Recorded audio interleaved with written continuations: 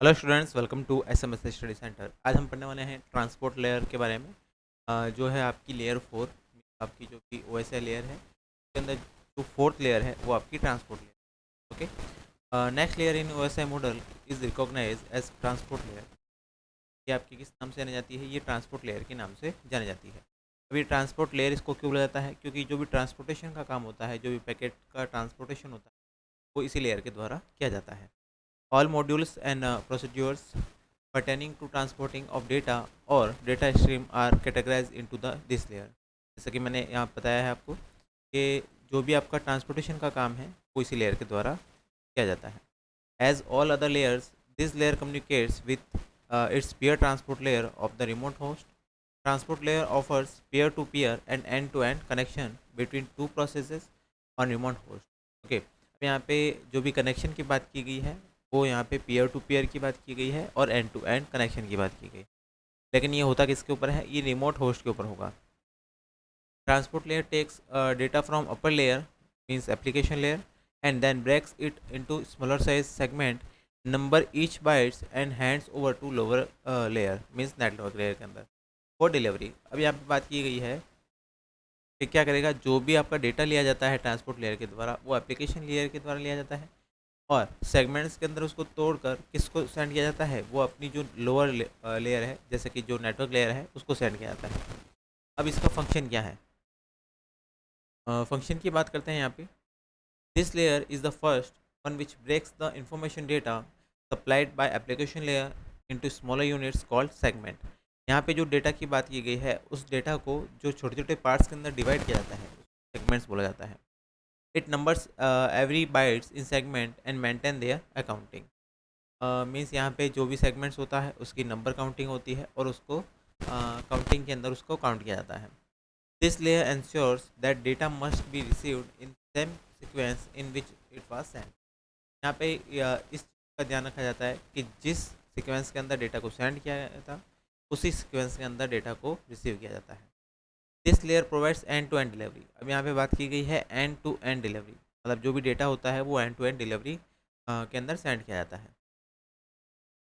Of data between hosts and may or may not belong to the same subnet. All server processes intend to communicate over the network are equipped with well-known transport service access point, also known as port number।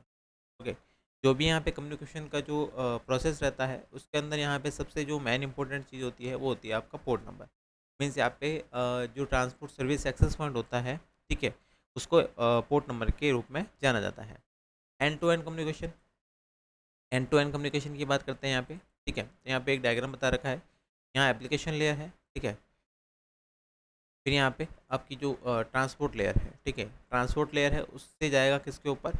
ये आपका network layer के अंदर, मतलब जो नीचे वाली जो भी लेयर्स है उसके अंदर, फिर वहाँ से डेटा आपका सेंड होगा वापस ट्रांसपोर्ट लेयर तक। ओके, तो ये जो कम्युनिकेशन होता है वो आपका एंड टू एंड या पीयर टू पीयर कम्युनिकेशन होता है।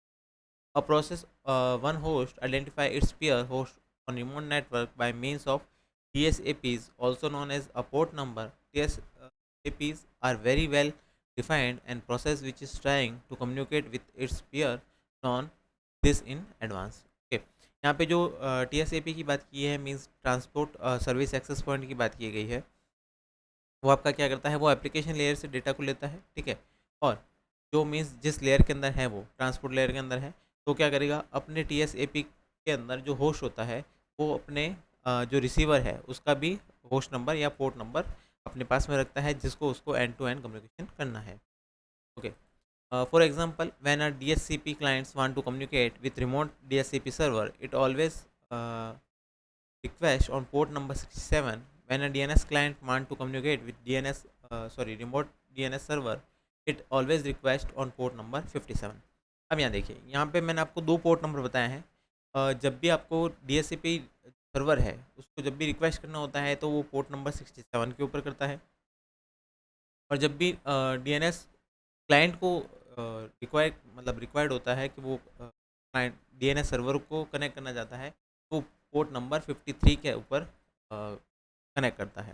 ओके, तो यहाँ पे आपको दो पोर्ट नंबर याद रखने होंगे, एक तो होगा पोर्ट नंबर 67 और एक हो गया है port number 53। The two main transport layer protocols are, कौन कौन से प्रोटोकॉल हैं यहाँ पे? ट्रांसमिशन कंट्रोल प्रोटोकॉल और यूज़र डेटाग्राम प्रोटोकॉल। यहाँ पे दो प्रोटोकॉल की बात की गई है, एक ट्रांसमिशन कंट्रोल प्रोटोकॉल और दूसरा है यूज़र डेटाग्राम प्रोटोकॉल। यहाँ बात करते हैं ट्रांसमिशन कंट्रोल प्रोटोकॉल की, टीसीपी की। ट्रांसमिशन कंट्रोल प्रोटोकॉल करता क्या है? It provides reliable communication between to host. और यूडीपी क्या करता है? It provides unreliable communication between to host. यहाँ पे रिलायबल जो भी कम्युनिकेशन होता है उसकी बात की गई है, और यूडीपी के अंदर अनरिलायबल कम्युनिकेशन की बात की गई है। ट्रांसमिशन कंट्रोल की बात करते हैं। यहाँ देखिए, the transmission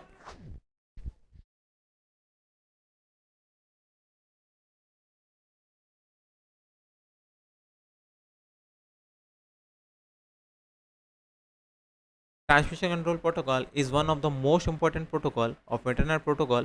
Dude, it most widely used protocol for data transmission and communication networks such as Internet. Okay. यहाँ पे जो TCP है उसका जो यूज़ है वो क्या आता है? जो TCP है उसका यूज़ किया जाता है डाटा ट्रांसमिशन के लिए और कम्युनिकेशन के लिए इन इंटरनेट के अंदर। ओके, अब यहाँ पे बात करते हैं इसके फीचर्स की। TCP के क्या क्या फीचर्स हैं और कौन कौन से इसके जो फीचर्स है काम में लिए जाते हैं। सबसे पहला feature, TCP is reliable protocol. ये आपका एक तरह का रिलायबल प्रोटोकॉल है। That is, the receiver always sends either positive or negative acknowledgement about the data packet to the sender, so that the sender always has bright clue about whether the data packet is reached the destination or it needs to resend it. मतलब यहाँ पे जो भी आपका receiver होता है वो एक तरह का एक्नॉलेजमेंट वापस सेंड करता है सेंडर को कि आपका जो भी डेटा है वो रिसीव हो गया है या रिसीव नहीं हुआ है। तो इससे जो भी आपका सर्वर रहता है उसको पता रहता है कि मेरे को वापस डेटा रीसेंड करना है या रीसेंड नहीं करना है। TCP ensures that the data reaches intended destination in the same order it was sent. यहाँ पे TCP ये इंश्योर करता है कि जिस ऑर्डर के अंदर डेटा को सेंड किया गया है उसी ऑर्डर के अंदर डेटा रिसीव हो। TCP is connection oriented. TCP requires that connection between two remote points be established before sending actual data. यहाँ पे जो TCP है वो कनेक्शन ओरिएंटेड है, मतलब यहाँ पे आपको पहले से ही कनेक्शन करके रखना होगा दोनों के बीच में। TCP provides error checking and recovery mechanism. TCP provide करता है एरर चेकिंग और रिकवरी मैकेनिज्म को। TCP provides end to end communication. TCP provide करता है एंड टू एंड कम्युनिकेशन को। TCP provides flow control and quality of service. TCP operates in client server and point-to-point mode. TCP provides full duplex server, that is, it can perform role of both receiver and sender. Okay. अब यहाँ बात करते हैं TCP के header की। इसके header के अंदर क्या क्या चीज़ें सेंड की जाती है और क्या क्या चीज़ें इसके अंदर कंटेन की जाती है। The length of TCP header is minimum 20 bytes and long and maximum 60 byte. मतलब यहाँ पे जो 20 बाइट्स लॉन्ग होगा वो आपका मिनिमम है इसका हेडर, और 60 बाइट आपका सबसे मैक्सिमम होगा। अब यहाँ देखिए, यहाँ सबसे पहले आता है सोर्स पोर्ट, फिर आता है डेस्टिनेशन पोर्ट, फिर आता है सीक्वेंस नंबर, फिर आता है एक्नॉलेजमेंट नंबर, फिर आता है डाटा का offset, reserved, flags, window size, checksums, urgent और ऑप्शंस। अब इन सब के बारे में पढ़ने वाले हैं, ये चीज़ें होती क्या है और इन चीज़ों के अंदर क्या क्या चीज़ें सेंड की जाती है। सबसे पहले बात करता हूँ मैं सोर्स पोर्ट। वो कितने बिट का होता है? वो होता है 16 बिट का। It identify source port of the application process on the sending device. यहाँ पे जो सोर्स पोर्ट होता है वो रिकॉग्नाइज करता है या आइडेंटिफाई करता है सोर्स पोर्ट को। डेस्टिनेशन पोर्ट जैसे कि 16 बिट का है, ये आइडेंटिफाई करेगा डेस्टिनेशन पोर्ट को और एप्लीकेशन प्रोसेस करेगा रिसीविंग डेटा डिवाइस के ऊपर। सीक्वेंस नंबर 32 बिट का होता है। Sequence number of data bytes of segment in a session. तब ये क्या करता है? सीक्वेंस नंबर आपका सीक्वेंस को कैरी करता है। एक्नॉलेजमेंट नंबर ये क्या करता है? When acknowledgement flag is set, this number contains the next sequence number of data byte expected and works as acknowledgement of the previous data received. Acknowledgement number क्या करेगा? यहाँ पे जो भी डेटा सेंड किया जाता है उसका जो नेक्स्ट डेटा होगा, ठीक है ना, उसका जो भी नंबर होगा, सीक्वेंस नंबर होगा, उसको कंटेन करके रखेगा और वहाँ पे पॉजिटिव सीक्वेंस को सेंड करेगा। डेटा ऑफसेट की बात करते हैं। डेटा ऑफसेट क्या है? This field implies both size of TCP header, means 32 bit word का है, and the offset of data in current packet in the whole TCP segment. फिर बात करते हैं रिजर्व की। रिजर्व क्या करता है? Reserve for future use and all are set 0 by default. जो रिजर्व होता है वो फ्यूचर के लिए रिजर्व किया गया है कि अगर आपको फ्यूचर के अंदर कभी इसकी आवश्यकता रहती है तो हम इसको यूज़ कर सकते हैं। वो होता है 3 बिट्स का। फ्लैग्स की बात करते हैं। फ्लैग क्या करता है? NS nonce sum bit is use by explicit congestion notification signal processing. CWR क्या होता है? When a host receives packet with ECE bit set, it says congestion window reduced to acknowledgement that ECE receives। फिर इसी ई की बात करते हैं। It has two meaning. इसी है, इसी का टू मीनिंग है। कौन कौन से मीनिंग है? सबसे पहला है it SYN mean synchronise bit is clear to zero, then ECE means that the IP packet has its C means congestion experience bit set. If synchronise bit is set to 1, ECE means that the device is ECT capable। Okay, फिर बात करते हैं URG की। It indicates the urgent pointer field has significant data and should be process. Acknowledgement की बात करते हैं AC के। It indicates that acknowledgement field has significance. If acknowledgement is clear to zero, it indicates that packet does not contain any acknowledgement. फिर बात करते हैं PSH की। When set it is a request to receiver station to push data as soon as it comes to the receiving application without buffering. फिर बात करते हैं RST means reset की। Reset flag has the following features. It is use to refuse incoming connection, it is use to reject a segment, it is use to restart the connection. Okay, फिर बात करते हैं SYN की। Synchronise की बात करते हैं। ओके,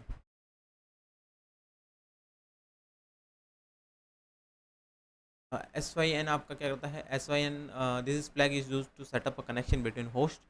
पिन क्या करता है? This flag is use to release a connection and no more data is exchanged thereafter because packets with synchronized and fin flags have sequence number, they are processed in correct order। Window size क्या करेगा? This field is used for flow control between two station and indicates the amount of buffer the receiver has allocated for a segment, that is how much data is the receiving expecting। Okay, checksum की बात करते हैं। This field contains the checksum of header and data and pseudo headers। Urgent pointer, it points to urgent data bytes, its URG flag set to 1। Options की बात करते हैं। It facilitates additional options which are not covered by the regular header. Options field is always described in 32 bits। if the field contains data less than 32 bits, padding is used to cover the remaining bit of to reach 32 bit boundary। अब यहाँ बात करते हैं addressing की। Okay, addressing देखते हैं। यहाँ पे एड्रेसिंग का मतलब क्या है? TCP communication between two remote host is done by mean of port number. Okay, means TSAP transport number होता है, जो आपका पोर्ट नंबर होता है। Ports number can range from 0 to 65,535 which are divided as. System port के अंदर 0 से लेकर 1023 तक होता है। यूज़र पोर्ट के अंदर 1024 से लेकर 49,151 तक होता है। प्राइवेट और डायनामिक पोर्ट्स होते हैं, वो होते हैं 49,152 से लेकर 65,535 तक। ओके, अब यहाँ बात करते हैं कनेक्शन मैनेजमेंट की। ठीक है, कनेक्शन मैनेजमेंट के अंदर क्या होता है? TCP communicates works in server and client model, मतलब ये सर्वर और क्लाइंट दोनों की तरह काम करता है। The clients initiated the connection and the server either accept or reject it. Three ways handshaking is use for connection management. यहाँ पे तीन तरह के तरीके हैं जो यूज़ किए जाते हैं। यहाँ पे है इनिशिएटर और दूसरा है रेस्पॉन्डर। यहाँ पे सबसे पहले सिंक्रोनाइज भेजा जाता है, तो जो रिस्पॉन्डर होगा वो सिंक्रोनाइज प्लस एक्नॉलेजमेंट दोनों भेजेगा। वापस से जो रेस्पॉन्डर होता है, ठीक है, जो सेंडर होता है वो क्या करेगा? वो आपका एक्नॉलेजमेंट वापस को सेंड करेगा। ओके, अब इस्टेब्लिश होने के बाद में क्या आएगा? इस्टेब्लिश कैसे होगा?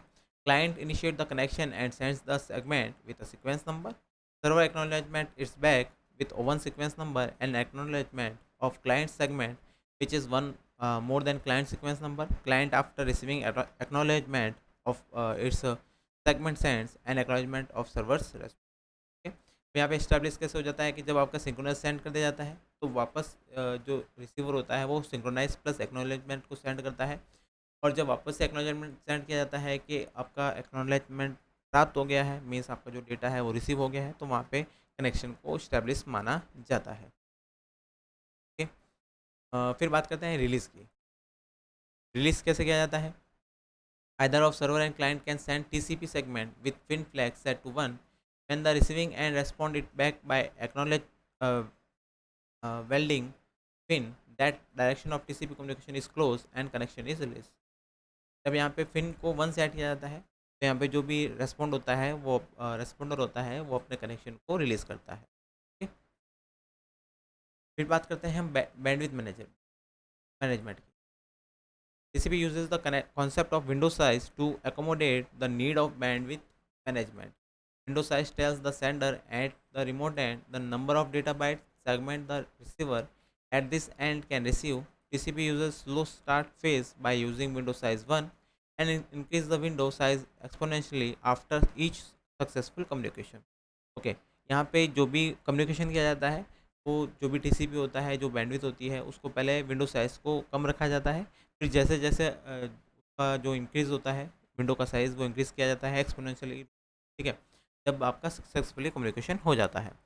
For example, the client uses Windows size 2 and sends 2 bytes of data. When the acknowledgement of this segment received, the window size is double to 4. Next send to the segment send will be 4 data bytes and long. Okay, मैं आपको normal बता देता हूँ। यहाँ देखिए, जैसे कि आपका सबसे पहले डेटा सेंड किया गया था 2 बिट का।